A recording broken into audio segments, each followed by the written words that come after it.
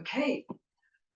So you're now going to hear from me for the next sort of 20 minutes or so about the work that we do at Cure Parkinson's, which we work very, very, very closely with the Andel Institute and have done since 2012. This is around our flagship program, which is called the International Linked Clinical Trials Program. And this is something that Tim and David talked about very briefly in their talk just now. So I think that one's forward. Just before I do that, for those of you who haven't really met Cure Parkinson's before, it's worth just touching on where we came from. So we were founded in 2005 by 4 people living with Parkinson's. We have Mike Dickin on the left-hand side and his lovely wife Jenny, Tom Isaacs and his wife Lindsay in the middle, Sir Richard Nichols and his wife Sheila in the middle on the right, and then Sir David Jones, who was the former chairman of NEXT.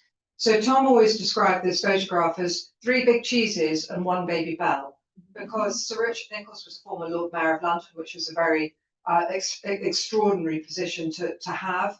And Mike was his ceremonial secretary, which meant he had all the regalia, he had all the good badges. And Tom was a surveyor. Tom was diagnosed with Parkinson's at the age of 26, and after probably a year or so of shock, anger and denial as he was just processing that, he then decided he was going to start walking. And the first challenge he undertook was in 1998, and he walked from Jelligroats to Land's End. Was that way around, wasn't it? Yes, it was. And he realised that experience was really important, and he met people along the way, and it really inspired him to do some more. So in 2002, he decided to walk around the coastline of Britain, and that was a journey of 4,500 miles, which is pretty insane for anybody. But for somebody living with Parkinson's, that was a remarkable achievement. I mean, Tom was rattling with pills. He was carrying everything he needed with him, including several extremely large bars of Galaxy chocolate. Don't discuss that in the shower. And with that, he collected friends, he collected sponsorship, and it made Tom realise that he was passionate about trying to find a cure for Parkinson's, but to do that, he needed people to come with him. I came into the story back in, well, actually before that, back in 1990, because Tom was at school with a very good friend of mine at university. So I'd always known Tom and pre-diagnosis and post. But in 2002, when Tom started walking, his then flatmate, who was another old university friend, turned around to me and said, "Oi, you're not doing anything, Matthews, go and help him." So, of course, I did. And it was the most bonkers year of our lives, as our lives got taken over by sponsorship forms, friends, chaos, absolute chaos, including the very low moment when Tom managed to drop his phone into the River Barry, then trying to find Tom to give him the new phone when you're walking every day and you don't know where he's staying overnight. Anyway, long story, but it was the start of something really important. Because during that year, Tom met researchers, he met people living with Parkinson's. He started to really understand the diversity of the condition that he had, but also that there was so much more that he could do to help. So fast track forward another few more years, and it got to 2005, and these 4 individuals turned around and looked at each other and said, "There's more we should be doing." And so Cure Parkinson's came into being. Tom believed really strongly that the best medicine of all is hope, which very much reflects the beliefs here at Van Andel that hope is vitally important. So you can imagine, all of us sat round that table, that very first meeting, looked at each other and went, "Now what do we do?" We thought we'd done the hard bit in setting up a charity, but then we thought, okay, now we have to have direction. We have to fulfill this vision, and we had no idea where to begin. And with that, we involved brilliant experts. We were really lucky that Roger Barker was one of our very earliest of advisors. Roger is the chair of World Parkinson Congress for this cycle. He's also a really talented stem cell researcher and utterly brilliant. And a few years ago, he certainly talked to this meeting, and there are plenty of videos of Roger on our website, really worth having a look, because he explains the challenges of the field very, very well. And with that, we also started working with Dr. Richard Wise, who invented the International Linked Clinical Trials Program that I'm about to come on to. So our research strategy is pretty simple. We want to slow down Parkinson's, we want to stop it, we want to reverse it, And if we can prevent it along the way, then that would be absolutely fantastic. We want to work as fast as we can. And quite frankly, it's never fast enough. We have a driving passion to try and see change happen in Parkinson's. We fund and we facilitate. So some projects, they need support by introductions, or they need input from our knowledge bank. And that is as important as actually direct funding at times. We also collaborate. For us, collaboration is an absolutely critical thing, because we're clear, we're a tiny organisation and we can't do it on our own. And we influence change, and that is also something else that we feel is hugely important. So the programme that I'm going to talk about in a minute is about international linked clinical trials, which involves repurposing old drugs and repositioning new ones. We also, in that programme, now look at new drugs that have not been prescribed for anything yet. We also look at the infrastructure that is needed to deliver research. And we also look at how we might be able to measure Parkinson's. That's what the wearable and tech is all about in that last box on the right-hand side. So that's just reminding you that funding is important, collaboration is important, communication is also vitally important. International linked clinical trials. Well, actually what it really is a group of unbelievably talented people. And you can see them here. This is from the summer's meeting.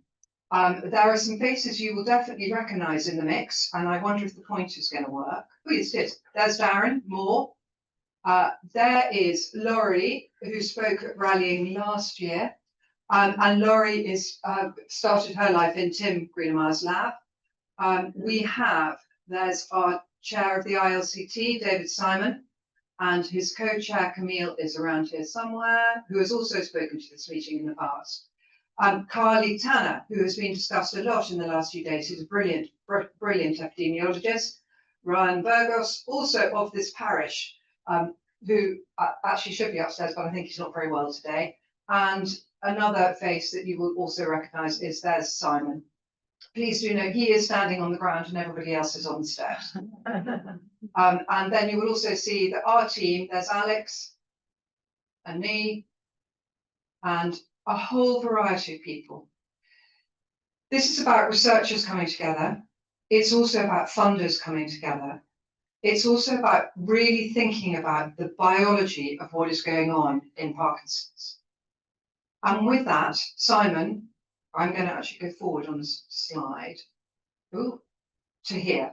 Every year, Simon and Alex and Rachel in our team will do horizon scanning. They will be reading every bit of literature that comes through. With that, they are getting clues of where there might be great ideas coming through for drugs to move forward into clinical trial. That ongoing research happens all the time. With that, you start to refine it down, and it ends up being a short list of things. Then the treasure hunt really starts. And Simon describes it as absolutely as a treasure hunt. He is out there searching for evidence across other disease areas, trying to make sure that he really understands how this mechanism is matched to this drug and how we might be able to therefore move it forward. With that, he's understanding what safety data there might be out there. He's understanding if it has ever been used in patients before, and what would be the steps that would be needed to move it forward as a treatment. Eventually, we write a dossier around these, and these all take the same form. They're around sort of 15 pages long, covering all of the published evidence, covering all of the other disease areas that the drug might have been used in, really compiling the clinical and the preclinical evidence that we have, and presenting it in a compelling case to the committee that then evaluates it. So taking it back, then there is a 2-day meeting. Sometimes we host it in the UK at this rather spectacular building called Cumberland Lodge, which is a former Royal Hunting Lodge in the middle of Windsor Great Park. And it's only for academic type of gatherings, that's what they do. But it's kind of fun. The sound system is terrible, can't do AV, but other than that, it's pretty fun. Or we're here at Van Andel, and we'll be back here again next year. And the committee comes together because they are looking at those dossiers to really try and prioritise what should move forward. There's a dual scoring system, and with that, they then end up with a sort of top 5 or 6 that are of interest. And those drugs can move forward in different ways.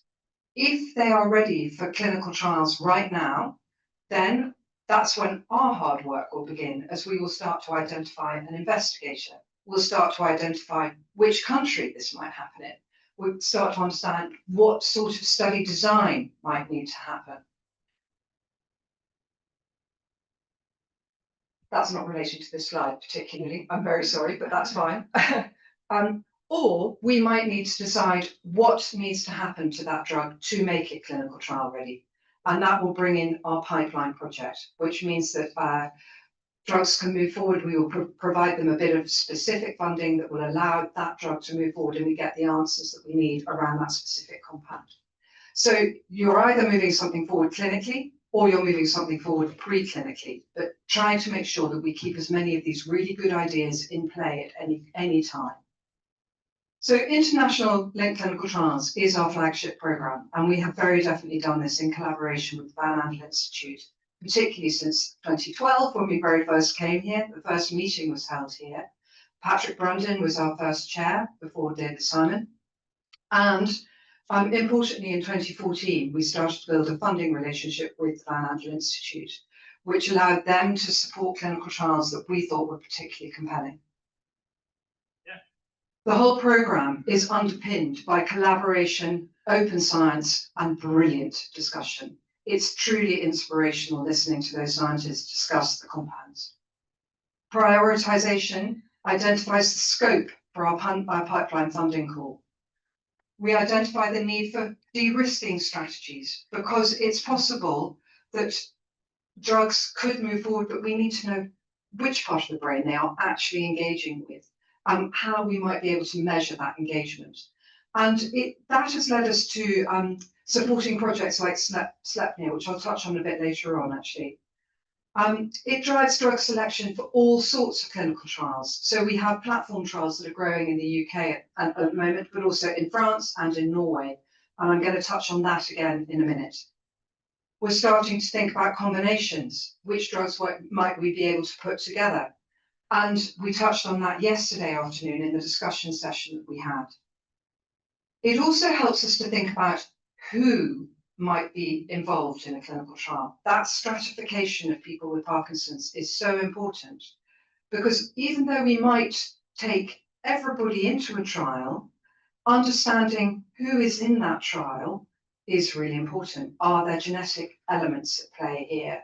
Are mitochondrial elements at play here? Is there inflammation? By doing those measures of your cohort, it becomes important for us to be able to understand what we're reading at the end of the trial. Critically, and this is also something that's only just happened in the last year, we have found ourselves working with our colleagues at Alzheimer's Research UK, because they've been looking at the same drugs as us. And rather than replicate and duplicate, doesn't it make sense to collaborate and share the digging that we're doing, that treasure hunting that we're doing, so that we can all move together in a much more streamlined and systematic way? And I think also with that, there comes the opportunity for collaborative funding, because it means we're thinking creatively about how we can move a drug forward to answer the critical questions around neurodegeneration more broadly. Now, flip it down. So I've discussed that, but this is how the programme sits at the moment. So in our time, we have obviously looked at a huge number of dossiers over the number of years since 2012. But you will see that the programme is pretty vibrant. Exenatide was a story that published earlier this year, and it was a phase 3 trial of a GLP-1 agonist, and it didn't prove successful in its trial. It was funded by, well, partially funded by Cure Parkinson's and Andel Institute. We were particularly focusing on sub-studies embedded in the trial, because the main funding was provided by the UK government. And so we were particularly interested in wearables that we could add into the trial, which would give us a sense of how we were better able to measure Parkinson's. But also we added imaging, and we also added wet biomarkers, so we could really understand how the drug is operating in the body. And that is a bit of information that we have not reported back on yet. We haven't quite got the results yet. But it is absolutely vital when you're running a trial that you collect every bit of evidence that you can, because there are always clues in that evidence and you always learn from something. Even if a trial result is not producing what you had hoped for or expected through the hypothesis, you have to learn from everything that's in there. So adding value in every step of the way is vital. Ambroxol, I think we talked about this yesterday. Alex talked about this yesterday. That is another drug. That is used for reducing, it's an anti-mucolytic. It reduces the buildup of mucus in the lungs. And it's widely available across Europe. It's not available in North America. It's not available in Australia, and it's not available in the UK. And we're using it at a very, very high dose. So that is a phase 3 trial that's getting underway, but that was prioritised in 2015. EJS-ACPD, I am coming back to that one. Azathioprine, that's a trial that we funded, but it's looking at an anti-inflammatory approach. And that is also in parallel with DAPA-SUIT trial, which is down here, which is being funded by Cure Parkinson's and Van Andel. Azathioprine, we're just waiting for the results. DAPA-SUIT trial will start recruiting a bit later on this year, which is very exciting. So those are looking at the anti-inflammatory approaches. The Australian, nicotinamide riboside, we're also just waiting for results on that one. That is looking at the mitochondrial function. It gives you a real sense of the real mixture of things that have come through the pipeline of international clinical trials. We're looking at low-dose lithium, which is for mood disorders, because again, there's compelling evidence actually with some work that David Simon carried out that actually is showing that it could be a disease-modifying drug for Parkinson's. So the critical thing is, with all of these drugs, is there is potential to slow down, to stop, or reverse Parkinson's. Even though we might not be funding every single one of these drugs will have been through our International Linked Clinical Trials Committee. They will have had that review process. They will have had that scrutiny. And the committee continue to follow their progress because they want to understand, is there a germ of an idea in here that could then actually open up a whole new area of research? I'm going to move on from that slide, otherwise I'm going to keep going forever, because I can't talk about it for a long time. But this is also something that Alex touched on yesterday. Alex has been leading on a couple of papers for our team. And we look at all the clinical trials that are going on in Parkinson's every year. And with that, we have realised that more than 30% of all the drugs that are being progressed for disease modification for Parkinson's have been through our International Linked Clinical Trials Committee, which is pretty impressive in the grand scheme of things, given that the others are owned by pharmaceutical companies and we might not have that access. In total, we've written 272 dossiers. We've evaluated 201 drugs. 70 drugs have been prioritised, and at least 32 drugs have been tested in 45 trials. And there are around about 20 trials ongoing at any one time. It's quite a lot to keep tabs on, and it's quite a lot to be trying to support and guide and add input at any stage in this entire programme. And we do view it as a programme. We really try to pick up results early, try and understand what we need to do to move things forward. And critically, we are also always thinking about how will we make this available to patients if it is successful. So trying to think about that regulatory strategy early is also important. I can't remember what the next slide is in this. So 74% of our funding in total at Cure Parkinson's has been directed towards this programme. And we reckon that we've attracted about 100 million into Parkinson's research as a result of it. And actually, as a result of our partnership with Van Andel Institute, which is hugely, hugely important, we supported 10 iLCT-associated clinical trials, 4 of which are currently ongoing.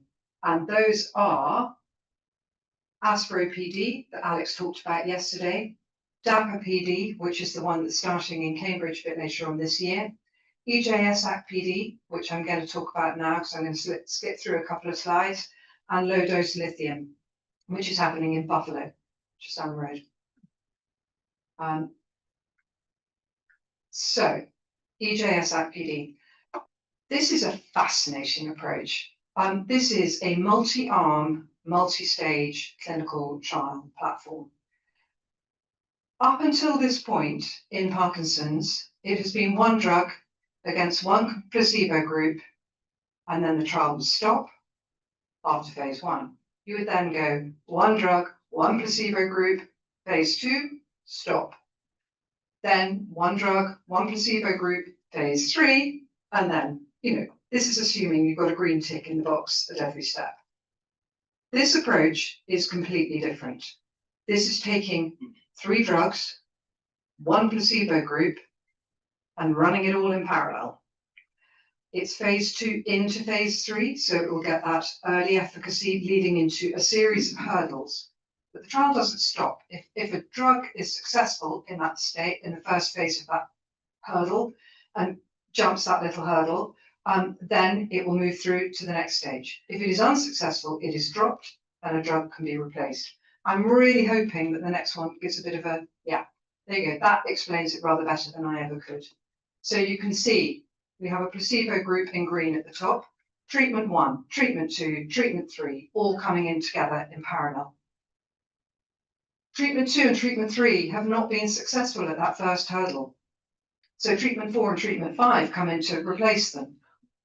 Then we get treatment 6 coming in and treatment 7. So basically, we have built a clinical trial machine. The machine keeps on going and you keep on adding in drugs. As one comes out, another one comes in. This has been a huge amount of work for investigators in the UK, and it has involved a complete village to make it happen. We've had a network of researchers working across trial design, drug selection, infrastructure to actually deliver this trial. Critically, every single working group has had people with Parkinson's in the driving seat, informing those decisions, making sure that everything that is developed in this trial is practical, doable, feasible. It's because of that that actually all the assessments in this trial, bar that initial recruitment piece, can take place remotely. You can go into clinic, but you can opt to have remote assessments because they're using the UPDRS Part 2, which is involving self-reporting rather than it being clinician reported. So it's a really exciting initiative. First of all, it's not the only platform that's being built. There's a platform that's getting underway in France where multiple drugs will be tested in parallel. There's another one getting underway in Norway. And there is already a platform in Australia. This is the only one that's doing phase 2 into phase 3. A phase 3 platform will be in Norway. And Norway has done something rather unusual in that they have built a proof of concept platform called Sleipnir, named after, is it Odin? Odin's many-legged horse, with the idea that you have lots of legs coming into the trial. And what they are going to be doing with that is really trying to understand how those drugs are working in the brain. And actually looking at imaging and looking at blood measures and looking at lumbar puncture if need be, to really understand, is that drug doing what you want it to do? So that you don't bring it into these later stage trials without having that confirmatory evidence. So there's some big joined up thinking starting to happen in the clinical trial space, all around drugs that could be modifying the disease. By that, I mean slowing it down, stopping it, or reversing it. This is not about symptom management. This is about thinking about the underlying biology, matching drugs to that biology to really try and affect the progression of the disease. I can't remember what my last slide is. Oh yes, combination therapies, which we talked about actually yesterday. So I'm going to stop there because I may well have put you all to sleep or something like that. But are there any questions? Yeah. Are there any trials that are including persons with prodromal symptoms of Parkinson's? Yeah, so again, as part of this whole multi-arm approach, there will be trials coming in North America led by the Michael J. Fox Foundation looking at this. They are trying to build a platform called P2P. They are in the throes of trying to set that up at the moment, and we will hear more from them in November because we bring together everybody who's working in this space so that everybody can share where they're at.